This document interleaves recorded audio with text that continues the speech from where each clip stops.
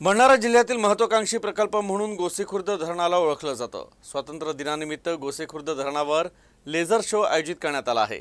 तिरंगी रंगात लाइटिंग लावून धरण सुशोभित करण्यात आलं आहे आणि रात्रीच्या सुमारास धरणाचं दृश्य विहंगम दिसून येत आहे।